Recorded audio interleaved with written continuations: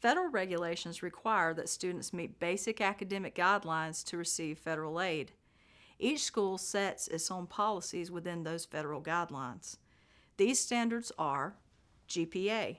Students must maintain a minimum cumulative GPA of 2.0 or higher. Completion rate. Students must be completing and passing 67% or more of the courses they attempt. And maximum time frame. Students must not exceed the maximum time frame or total credit hours allotted for their degree program. A student who does not meet the standards for GPA and/or the completion rate will be placed on financial aid warning for 1 semester. If the student does not meet all 3 standards after the semester of warning, they will be placed on financial aid exclusion. A student not meeting the maximum time frame requirement will automatically be placed on financial aid exclusion with no warning period. Students on financial aid exclusion lose all eligibility for federal and state aid, including Pell, SEOG, federal direct student loans, and the Parent Plus loan. If a student does go on financial aid exclusion because of mitigating circumstances, then they may file an appeal for financial aid. Mitigating circumstances are defined as unanticipated and unavoidable events or situations beyond a student's control that prevent him or her from successfully meeting the standards of academic progress. Appeals, however, are not guaranteed terms for reinstatement of financial aid eligibility, and students should be prepared to pay with alternative means, such as the ABAC payment plan or private loans if on financial aid exclusion. The first few semesters are important in making sure that you maintain a good GPA and completion rate. Once you have more attempted hours, it's much harder to raise your GPA and improve your completion rate.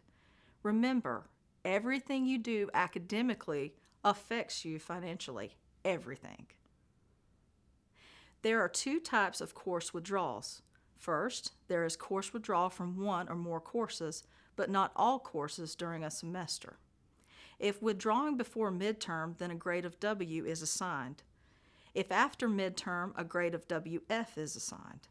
A WF is calculated like an F and does go against a student's GPA. However, a W does not directly affect the GPA. Both a W and WF will decrease the completion rate. For more information on the completion rate, please refer to the video entitled Satisfactory Academic Progress. The second type is a complete course withdrawal, which means that a student withdraws from all courses during a semester.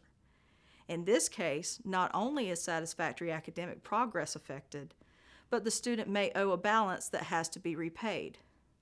When a student receives federal and/or state aid, that amount is given with the understanding that a student must complete and pass their courses. If a student does not complete their coursework or fails all of their courses, then their aid is prorated and a portion must be returned by the school to the Department of Education or state. This often leaves a balance owing, which places a hold on a student's account, prohibiting them from being able to register for courses or request an academic transcript. Students who completely withdraw from their courses during a semester and receive federal student loans may also be placed in repayment after a 6-month grace period.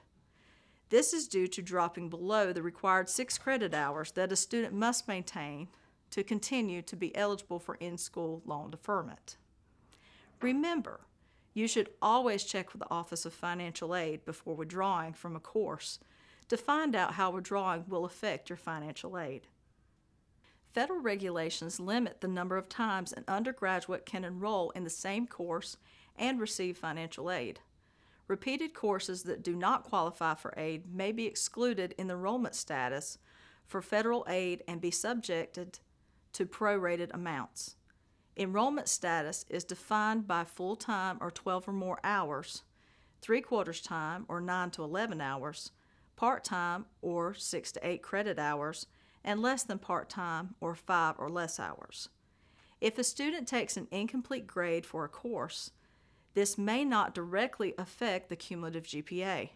However, an incomplete grade may temporarily have a negative effect on the completion rate until a grade is given for the course. For more about the completion rate, please refer to the video entitled Satisfactory Academic Progress.